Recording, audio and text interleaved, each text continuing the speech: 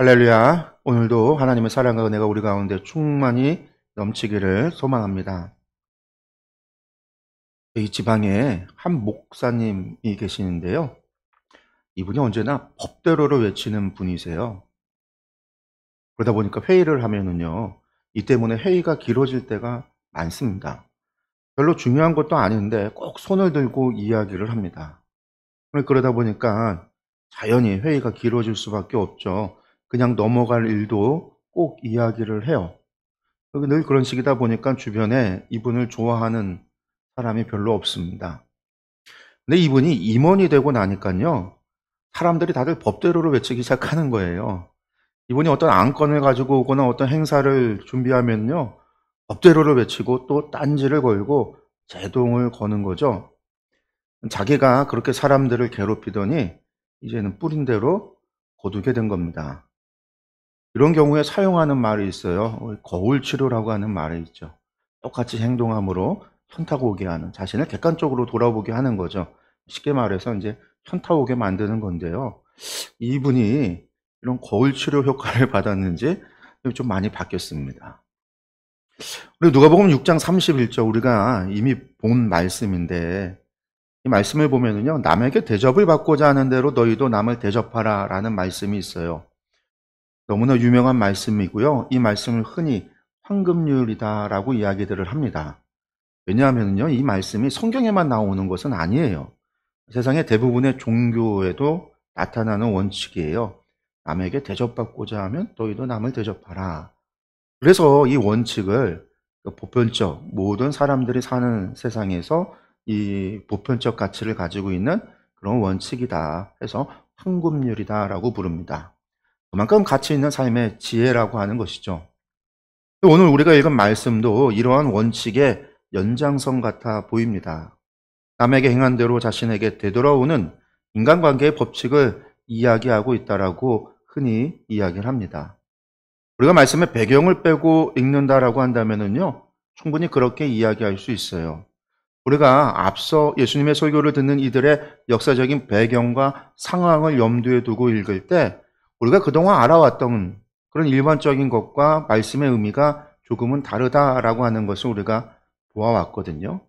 오늘 말씀도 마찬가지입니다. 우리가 역사적 배경을 제외하고 본다면요, 이것은 그냥 삶의 원칙을 이야기하는 그런 말씀, 좋은 말씀이구나, 황금률과 같이 아주 가치 있는 말씀이구나라고 이해하고 넘어갈 수 있는데요. 그런데 이것을 우리가 역사적 배경 아래에서 본다라고 한다면요, 이 말씀의 배경에는요, 우리가 알지 못하는 조금은 다른 이야기가 담겨 있다라는 것이죠. 그래서 오늘도 이 말씀을 그런 역사적 배경 아래서 읽어보려고 합니다. 이렇게 읽을 때 이 말씀이, 또 오늘 우리가 읽은 이 말씀이 우리에게 주는 의미가 무엇인지를 우리가 함께 이 시간 통해서 은혜를 나누고자 합니다. 네, 우리가 말씀 다시 한번 보도록 하겠습니다. 37절, 38절의 말씀입니다. 비판하지 말라, 그리하면 너희가 비판을 받지 않을 것이요. 정죄하지 말라, 그리하면 너희가 정죄를 받지 않을 것이요. 용서하라, 그리하면 너희가 용서를 받을 것이요. 주라, 그리하면 너희에게 줄 것이니 곧 후이되어 누르고 흔들어 넘치도록 하여 너희에게 안겨주리라. 너희가 헤아리는 그 헤아림으로 너희도 헤아림을 도로 받을 것이니라. 아멘. 여러분들, 오늘 우선 예수님의 이 말씀을 듣고 있는 사람들은 어떤 사람들인가요? 제가 계속 한 2주에 걸쳐서 계속해서 말씀을 드렸습니다. 이 사람들은요, 갈릴리와 유대 사방과 예루살렘과 그리고 두로와 시돈에서 온 무리들입니다. 이들은 질병을 치료받고자 혹은 귀신 들린 것에 고침을 받고자 왔습니다. 때로는요, 말씀도 듣고자 온 사람들도 있었습니다. 근데 이들은 어떤 상황 속에 있었던 사람들이냐면요, 그냥 아픈 사람, 그냥 병자들, 말씀을 듣고 싶은 사람들, 그 너머에 이 사람들은요, 로마 제국의 압제 속에서 많은 고통을 당했고 예루살렘의 종교 지도자들로부터 많은 세금을 뜯기면서 참된 그 메시아가 오기를 고대하고 기다리던 사람들이었다라고 했어요. 또한 로마의 압제로부터 농민 반란이 일어날 때 직접적으로 혹은 간접적으로 동참하던 그런 사람들도 있습니다. 그런 그들에게 예수님께서는요, 앞선 말씀에서 원수를 사랑하라 이렇게 말씀하셨었죠. 근데 이 원수를 사랑하라라고 예수님께서 말씀하실 때 이것은요, 그들 공동체 안에 있는 사람들을 향한 이야기가 아니에요. 그래서 그냥 너의 이웃이나 너의 옆에 두고 있는 사람들 가운데 원수, 그런 이야기가 아니라고 그랬잖아요. 이들 공동체 바깥에 존재하는 사람들, 한마디로 말해서 그들을 압제하고 박해하고 착취하고 있는 로마 사람들, 로마로 상징되어지는 이들, 그들이 원수예요. 하나님 나라의 백성들, 서로 형제되고 자매된 그들이 아니라 그 공동체 바깥에 존재하고 있는 원수를 향한 말씀이었어요. 그들을 향해서 너희가 원수를 여기고 분노하고 증오하고 죽여야 되고 갈아 뒤집어 엎어야 되고 쫓아내야 된다라고 여기는 그 사람들을 향해서 너희가 원수를 사랑해야 된다라고 말씀하셨다라는 거죠. 공동체 밖에. 그런데 오늘 말씀은요, 공동체 안에 있는 이들에게 하시는 말씀이에요. 그러니까 앞서서 말하는 원수와 지금 이 안에서 말씀하고 계시는 너희가 서로 비판하지 말라라는 이야기의 대상은 다르다라는 거죠. 우리가 오늘 말씀에서 이 비판하지 말라라고 하는 이 말씀을요, 무비판적으로 살아야 한다라고 이야기하는 사람들이 있습니다. 정죄하지 말라라고 하니까요, 잘못을 보고도 침묵해야 하는 것으로 이해하는 사람들도 있어요. 성도 여러분, 이것은요, 예수님의 말씀을 잘못 이해하는, 오해하는 거예요. 성경에서 어디 잘못을 정죄하지 말고 침묵하라고 했습니까? 선지자들이 죄를 보고도 침묵했나요?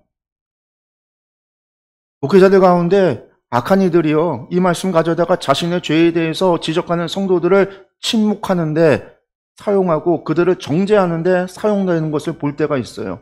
그런데 이것은 대단히 잘못한 겁니다. 이것은 예수님의 말씀을 왜곡하는 거예요. 그럼 도대체 무슨 말씀인가? 그러면 여기 말씀에서요, 비판하다라는 말은요, 헬라어로 크리노라고 해요. 크리노.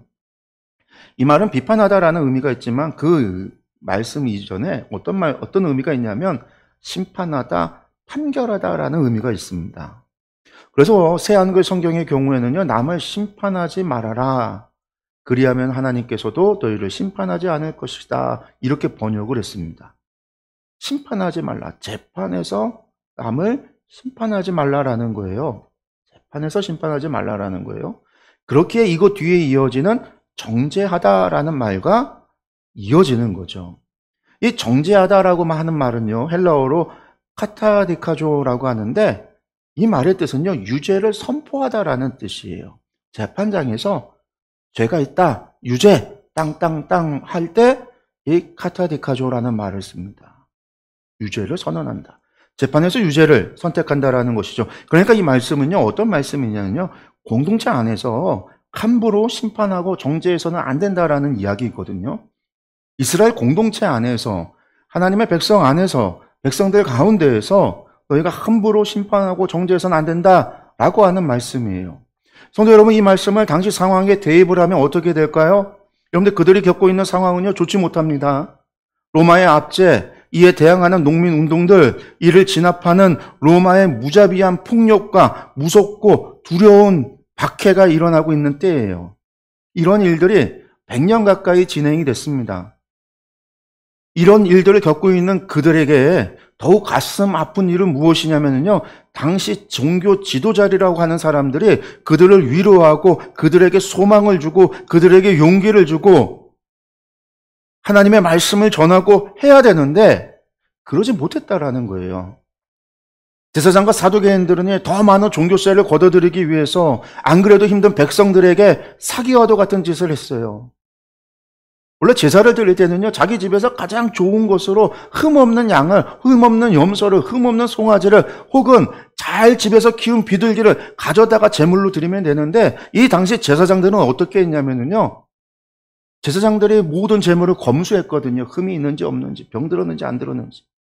그 권력을 가지고요, 사람들이 갖고 오는 모든 제물을 거부했어요. 안 된다라고. 그리고 자기가 파는 제물만 사도록 한 거예요. 그게 성전에 있는 시장입니다. 뿐만 아니라 당시에는요, 로마 화폐를 쓰는데 로마 화폐는 어떻게 되어 있어요? 동전에 황제의 얼굴이 그려져 있어요. 사람의 모습이, 형상이 있어요. 우상과 같았기 때문에 이거를 하나님께 드릴 수 없어요. 그러니까 성전에 가면은요, 성전세를 드리기 위해서, 헌금을 드리기 위해서 성전에서 사용하는 동전으로 환전을 해야 돼요. 근데 이 환전을 할 때요, 엄청난 수수료로 폭리를 취한 거예요. 그게 성전의 시장에서 이루어졌던 해악질이었죠. 그걸 예수님께서 보시고 나중에 뒤집어 엎고 채찍으로 치고 내어 쫓았던 겁니다. 그러니까 이 제사장과 사두개인들은요, 백성들에게 악을 더 행한 거예요. 안 그래도 힘든 그들에게 많은 제물을 헌금이라는 이유로 하나님께 드리는 제물이라는 명목으로 뜯어낸 거죠. 또 율법의 수호자라고 자랑하는 이 바리새인들은요, 어떻게 했냐면요, 겉으로는 율법을 지키지만 뒤로는요, 악을 행하는 위선자들이었습니다. 그들은 자신들이 율법을 지키는 것을 자랑하면서 일반 사람들을 심판하고 정죄했어요. 눈에 보이는 기도, 11조, 금식, 안식일 준수, 할례와 같은 것을 열심히 했지만 사실 눈에 보이지 않는 것, 정말 하나님께서 원하고 바라시는 것, 이런 것들에 대해서는요, 외면했던 사람들이 바리새인들이에요.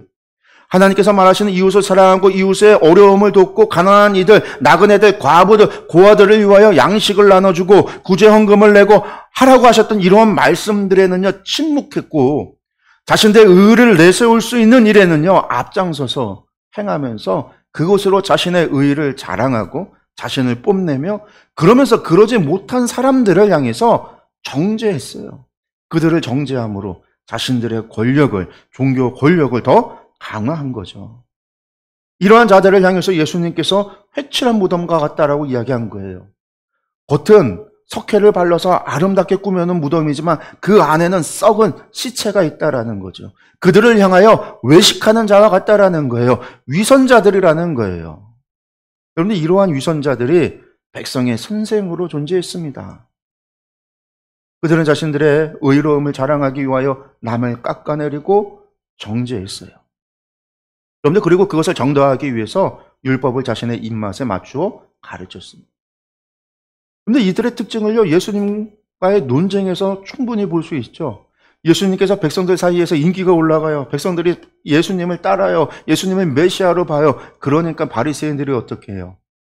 자신들의 종교적 권위의 도전으로 봤고요. 그래서 어떻게든 예수님을 깎아내리기 위해서, 예수님을 끌어내리기 위해서 함정을 파고 시험하고 질문하고 백성들 앞에서 함정을 파서 질문을 던지고 결국 그런 것들이 다 통하지 않으니까 예수님을 죽이기에 이르게 되는 것이죠. 예수님이 하시는 이 말씀은요, 지금 그러한 이들, 백성의 지도자라고 하는 이들, 선생이라고 해서 그들을 가르치는 사람들, 여러분들 그러한 이들을 그들이 가르쳐왔고 그들이 행했던 바로 그 종교적 그런 행위들에 대해서 반박하고 책망하는 말씀입니다. 예수님 앞에 있는 이들은 바로 그러한 이들에게 정죄받아서 부정하다라고 칭함을 받던 사람들이에요. 의롭지 못하다고 책망받던 이들이었어요. 그리고 그들의 삶이 바르고 바로 의롭지 못해서 겪는 결과라고, 그들이 어렵고 힘들고 노예되고 종되고 괴로움을 겪는 이유는 그들의 죄 때문이라고 바리새인들이나 종교 지도자들은 이야기를 했다라는 거예요. 그래서 예수님은 지금 그런 가르침을 듣고 살아왔던 백성들에게, 그리고 그런 가르침을 하던 지도자들을 향하여 심판하지 말고 정죄하지 말라라. 너희들이 심판한 대로 심판을 받을 것이요, 너희들이 헤아린 대로 헤아림을 받을 것이요. 그들을 향하여 우리가 그들의 잘못을, 그들의 죄를 이야기하고 있는 거죠. 뿐만 아니라 이웃에게 나누어 주라라고도 말씀하죠. 입으로만 하나님의 말씀을 떠들고 입으로만 의의를 내세우지 말고 이웃에게, 가난한 이들에게 나눠주라는 거예요. 그렇게 할 때 정말 하나님께서 약속하신 대로 복을 주신다라는 거죠. 너희가 헤아리고 재고 계산하는 그대로 하나님께서 너희의 행동을 헤아리고 재고 계산한다라는 거예요. 그런데 이 말씀에 이어지는 세 가지 비유가 이 말씀을 더욱 구체적으로 말씀하고 있는 것이죠. 세 가지 비유의 말씀이 39절에서 42절의 말씀입니다. 그 말씀 한번 이어서 보겠습니다. 또 비유로 말씀하시되 맹인이 맹인을 인도할 수 있느냐? 둘이 다 구덩이에 빠지지 아니하겠느냐? 제자가 그 선생보다 높지 못하나 무릇 온전하게 된 자는 그 선생과 같으리라. 어찌하여 형제의 눈 속에 있는 티는 보고 내 눈 속에 있는 들보는 깨닫지 못하느냐? 너는 내 눈 속에 있는 들보를 보지 못하면서 어찌하여 형제에게 말하기를 형제여 나로 내 눈 속에 있는 티를 빼게 하라 할 수 있느냐? 외식하는 자여 먼저 내 눈 속에서 들보를 빼라. 그 후에야 내가 밝히 보고 형제의 눈 속에 있는 티를 빼리라. 아멘. 네 가지 비유가 있습니다. 첫째는 맹인이 맹인을 인도할 수 없다라는 것이고요. 둘째는요, 제자가 선생보다 높지 못하나 온전하게 된 자는 선생과 같아질 수 있다라는 거죠. 셋째는요, 형제의 눈 속에 있는 티는 보고 자신의 눈에 있는 들보는 깨닫지 못한다라는 겁니다. 오늘 이 세 가지 비유에 공통점이 있습니다. 누군가를 인도하고 누군가를 가르치고 누군가를 비판하는 일. 그러면서 그들은 외식하는 자라는 거예요. 이들이 누구냐? 당시 이들이 누구냐라는 거예요. 바로 당시의 종교 지도자들입니다. 바리새인과 서기관들, 제사장과 사두개인들입니다. 특히 백성들의 삶에 절대적인 영향력을 행사했던 이들은요, 바리새인들이었습니다. 그들은 백성들을 가르치는 이들이었고요. 그들은 백성들을 율법으로 인도하는 이들이었습니다. 또한 그들은요, 그 율법으로 백성들을 정죄하는 사람들이었습니다. 예수님은 지금 그들의 죄를 지적하고 있는 거예요. 그들의 외식하는 것을 지적하고 있는 겁니다. 그들의 위선을 지적하고 있는 거예요.